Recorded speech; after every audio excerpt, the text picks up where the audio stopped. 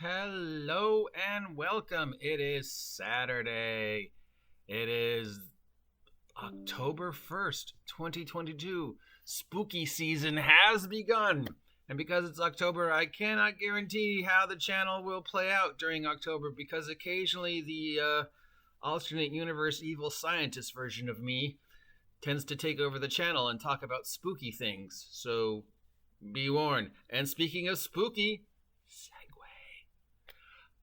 it's time to take a look at the very last chunk of information given to us by the generous Jeremy Crawford, the man who is not Chris Perkins, even though he says he is.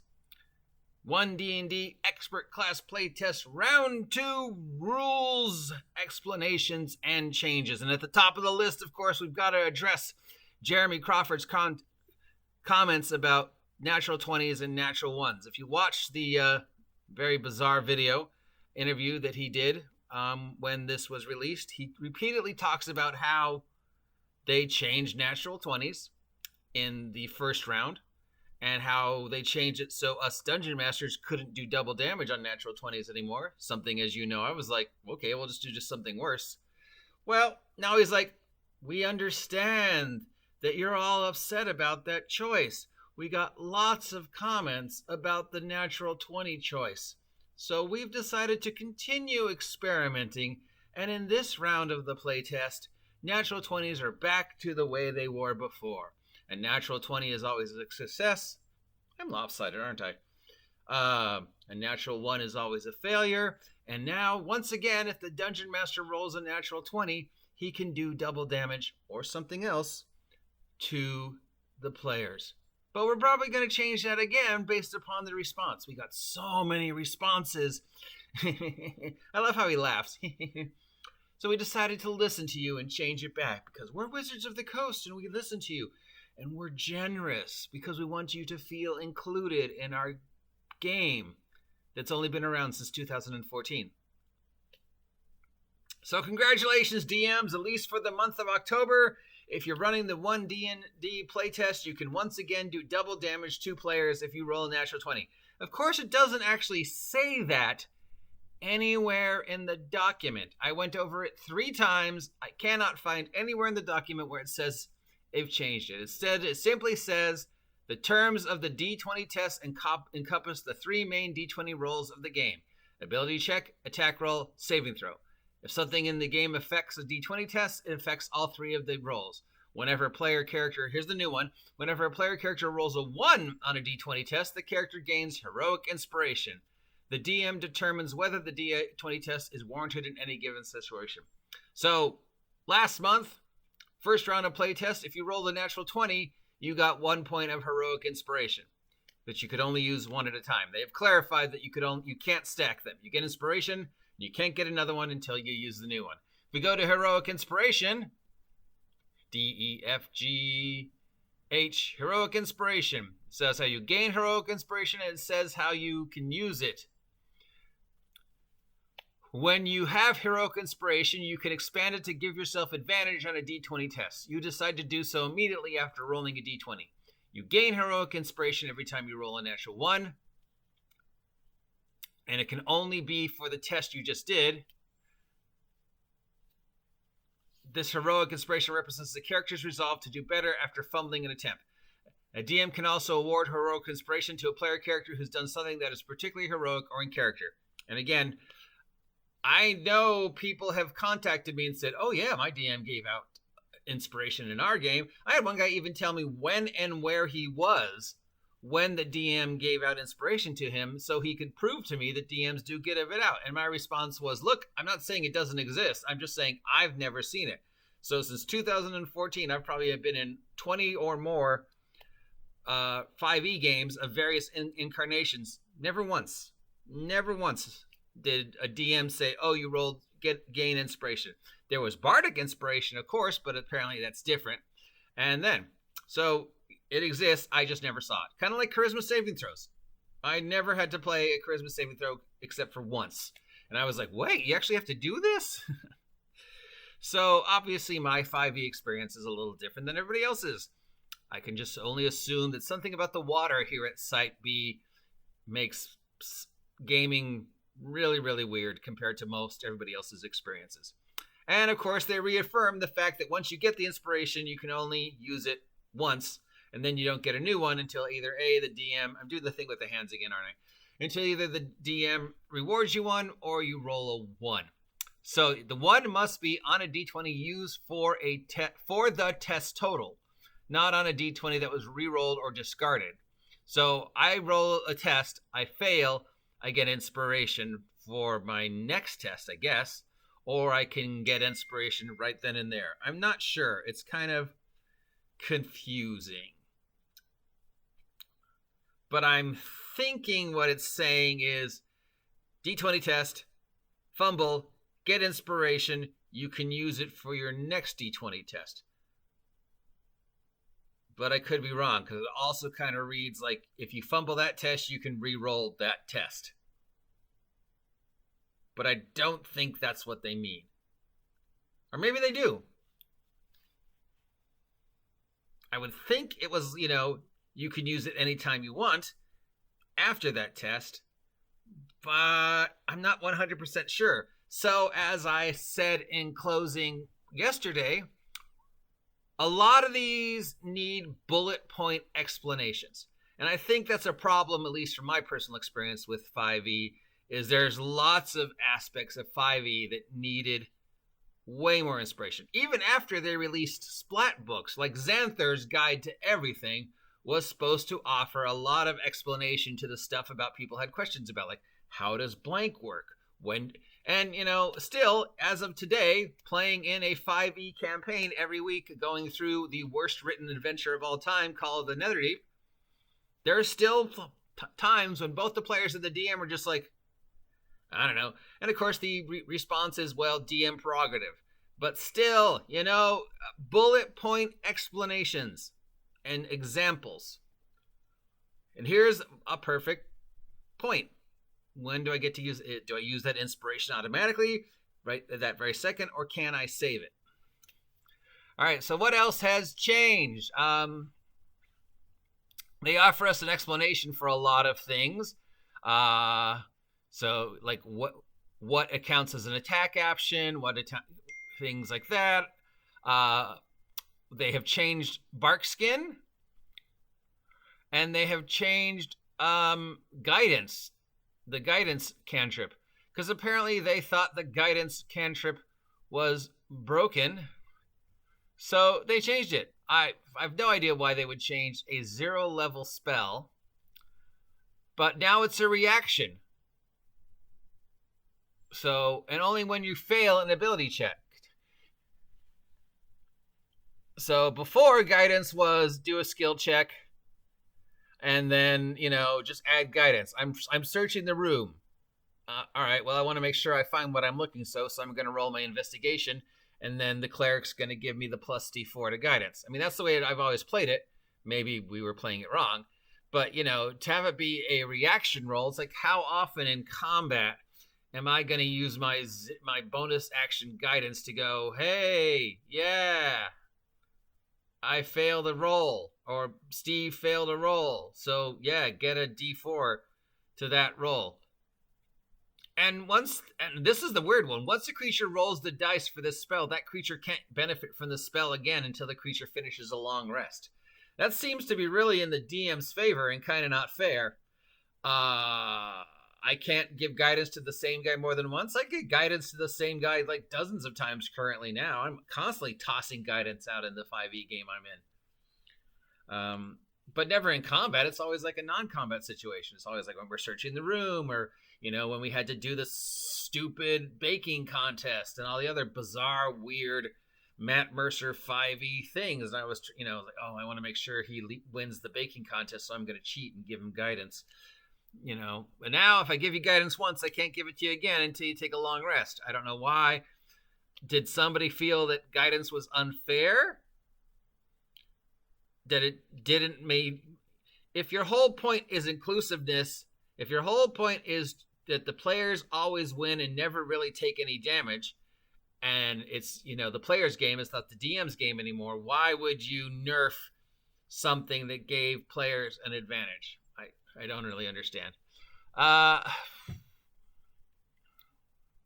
We have some changes to actions, like I said, invisible, jump action, explaining long rest and short plays. Apparently, spell casting is now an action. We have the magic action. When you take a magic action, you cast a spell that has a casting time of an action, or you use a magic item that requires an action to be activated. I don't know why that has to be specific to actions. You know, it's action, reaction, move action, bonus action, right? And most of the spells say if it's an action or a bonus action spell. Maybe that's to clarify the never-ending confusion over twin spell and quicken spell. I don't know. Ritual casting is no longer a ritual. Now it's just a normal spell. So now anybody who can cast spells can cast ritual spells. I don't know if they still have the 10-minute mark, or if they're changing that. They're probably going to change that because somebody's going to say it's not fair that I have to wait 10 minutes to cast detect magic. It should be like it used to be. Let's see. They give some explanations for search actions. Remember, they've added the study action. When you take a study action, you make an intelligence check to study your memory, a book, a creature, a clue, or an object, or another source of knowledge to call to mind. The areas of knowledge table suggests which skills are applicable. I guess it's bringing spellcraft back in a way. I could make a study action to make an arcana roll to see if I know what spell he's casting at me as my bonus action. But it's not a bonus action. It's a full action. They also suggest history, investigation, nature, and religion as skills that you could use during your study action. Why is that? And first, look, you know what? This is the whole reason why you write shit down. I mean, you know, I shouldn't have to make a skill check to remember if my character remembers something or not. That's the DM telling me. That doesn't seem right. If you don't remember it, you don't remember it. You just write it down during the game, and then when it comes up in combat for some reason, because it's an action now, you can go, oh, hey, remember 20 episodes ago when we met that guy and he told us about the markings on the stone walls and how they opened the passage to the everlasting sandwich gobstopper machine? Well, I'm going to use my study action and make a history recheck to remember that he told us that. So now in the middle of combat, I can remember that if the symbols on the wall open the door to the everlasting gobstopper sandwich machine. Why is this a combat action? Who in their right mind is ever going to waste a combat action to go, I want to make a history check? The only one I would understand was if you could use it to do the old spellcraft. You know, what spell is he casting? So I know. But then I've wasted an entire action to know, oh, he's about to cast Fireball. How's that going to help me? I still know he's casting Fireball. I wasted my action. I guess I could use my, non-action move to go, Steve, shoot him. He's about to cast Fireball, in the hopes that disrupts the Fireball. Why would I roll a history study check? I want to study the history of this room in the middle of this fight. I want to remember who won the battle in the middle. I mean, these are all things you would do out of combat normally. Why would I make a religion check or a nature check other than to know what that is? And why is that an action? It should be a bonus action, What is that? Oh, it's an everlasting sandwich machine. Okay, that was my knowledge action. Now I know to hit it with my catch-up strike. Yeah, some clarifications of actions and movements and reactions and glossary stuff. What is an artisan tool? What is an attack? What are the creature types? They changed bark skin.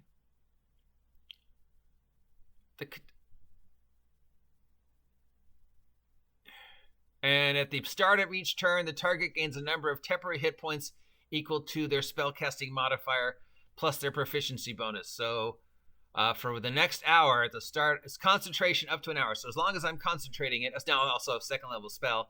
As long as I'm concentrating on it, or an hour passes, did they explain concentration better? No, they didn't. They've displayed the difficulty terrain, fly speed, gaming set, exhausted, grappled, expertise, guidance. I don't know why they changed it. The help action, hidden, hide, blah, blah. Yeah. Now, the big ones we're going to get, I'm sure, are the complaints about criticals. And, of course, any hidden racism, sexism, favoritism, homophobia that the Twitter woke crowd Spurker trolls are going to say, I still feel as if it's unfair. Remember, at the end of round 1, we were still getting tons of people as recent as yesterday talking about how ONE D&D is still racist and it's still not inclusive. It's still the game I can't see myself in. So that complaint still exists even after everything Wizards of the Coast has done. So I'm sure people are going to go through this and go, that's not fair. That lets that guy have a benefit that I can't have. Everybody should have the exact same benefit, have the exact same thing. Everybody should feel included. The game should be designed so the players are always have the advantage in the situation, not the DM. We want to be able to cast guidance whenever we want. We want to have the extra hit points. We want to be able to do 15 actions around while the player or the DM only gets to do 2. We never want to be incapacitated. We never want to be in a position where our characters don't have agency, and we sure do not want to be able to ever feel not included or ever feel anything that even minutely reflects anything that might be considered racism. So, despite all your hard work, Wizards of the Coast, once again, it's going to amount to nothing because there's going to be things in here people are going to complain about. They're going to complain about the natural 20s doing damage again. They're going to complain about this. The fan base that Wizards of the Coast is kowtowing to is the same fan base that continues to find things they don't like about this. So everything Wizards of the Coast has done so far for round 1 and round 2 of the ONE D&D playtest is pointless because they still haven't changed the toxic environment that they helped create. And of course, Crawford says, he's going to change everything again next month. So there's no reason to become too attached to any of this. So this month we saw the expert classes. I guess next month we'll probably see the warrior classes, which right now are the fighter, paladin, and monk. Because barbarian is now, I guess, I don't know where barbarian was in the list.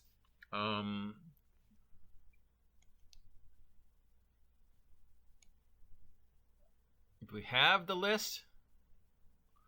So the mage group is sorcerer, warlock, wizard. The priest group is cleric, druid, paladin, and the warrior group is barbarian, fighter, monk.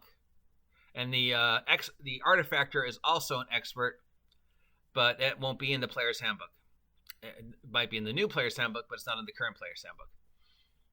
The reason why bard, ranger, and rogue are called experts is because every class gets the expert ability at a first or second level. There's already been complaints that they should change it from expert to infiltrator. There's been complaints that bard should be moved to wizard and monk should be moved to expert. And of course, we're going to get the whole level of complaints about racism, sexism, not being fair, blah, blah, blah, blah, blah. How come I have to take that spell? That's not fair. How come I have to such blah? How come I can't take this? How come I can't get the stat bonus and the feat? Blah, blah, blah. I'd almost feel sorry for Wizards of the Coast, except, of course, Crawford just comes across as a very creepy, condescending jerk in the video, who apparently believes that nothing before 2014 counts. Dungeons & Dragons only has existed since 2014. So, yeah, all that bullshit about how the edition wars are over and how they're going to continue to support the older editions and how it's backwards compatible. Well, if you watch the interview, which we have to get around to watching, I suppose, yeah, no, it's not going to be backwards compatible. The edition wars are still exist, and it's only, in relation to the 2014 D&D moving forward. Everything before 2014 doesn't matter. It doesn't exist. You know, he's back on that thing again. Sometimes I think he says these things just to cause controversy, because he's just really sort of a creepy guy. Very condescending, creepy guy. At least that's my opinion. You could have different feelings about Crawford. Anyways, that's it. We have gone completely through the playtest material for ONE D&D Round 2, the Expert class. What do we think? In closing, Rogues made out the best.